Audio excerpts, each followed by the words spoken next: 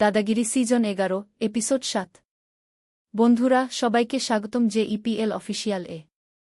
আজ আমরা আলোচনা করব দাদাগিরি সিজন 11 এর এমন কিছু দারুণ মুহূর্ত নিয়ে, যেখানে ছিল হাসি, উত্তেজনা, আত্মবিশ্বাস আর দুর্দান্ত উপস্থিত বুদ্ধির অসাধারণ মিশেল।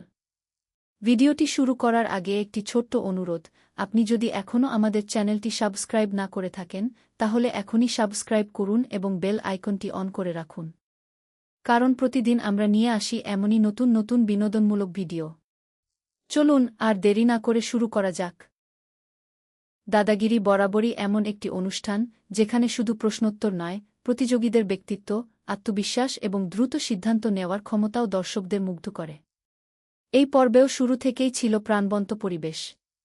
প্রতিযোগীদের মুখে ছিল আত্মবিশ্বাস, আর পুরো স্টুডিও জুড়ে ছিল ইতিবাচক এনার্জি। সবচেয়ে ভালো বিষয় হল, অনুষ্ঠানটি শুধুমাত্র প্রতিযোগিতা নয়, এটি দর্শকদের বিনোদনও দেয়া। প্রশ্নের পাশাপাশি নানা মজার আলাপচারিতা পুরো পরিবেশকে আরও উপভোগ্য করে তোলে। এই ধরনের অনুষ্ঠানে প্রতিযোগীদের জন্য সবচেয়ে বড় চ্যালেঞ্জ হল চাপের মধ্যে শান্ত থাকা।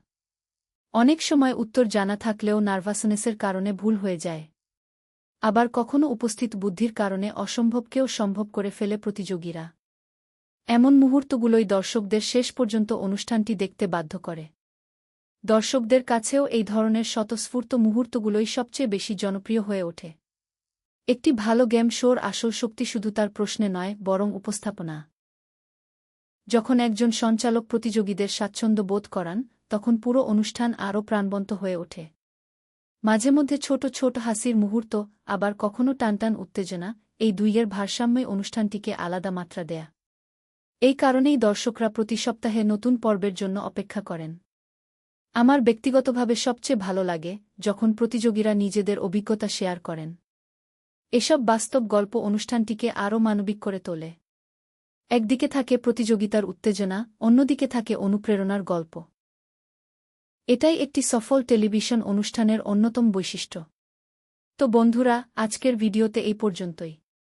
আপনাদের কাছে জানতে চাই, এই ধরনের গেম শোতে কোনো বিষয়টি আপনাদের সবচেয়ে বেশি ভালো লাগে? প্রশ্নোত্তর, মজার কথোপকথন, নাকি প্রতিযোগীদের অনুপ্রেরণামূলক গল্প? অবশ্যই নিচে কমেন্ট করে জানান। ভিডিওটি ভালো লাগলে একটি লাইক দিন, বন্ধুদের সঙ্গে শেয়ার করুন এবং আমাদের চ্যানেলটি সাবস্ক্রাইব করতে ভুলবেন না। পরবর্তী ভিডিওতে আবারও নতুন একটি বিষয় নিয়ে হাজির হব। ততক্ষণ পর্যন্ত সবাই ভালো থাকুন, সুস্থ থাকুন। আল্লাহ হাফেজ।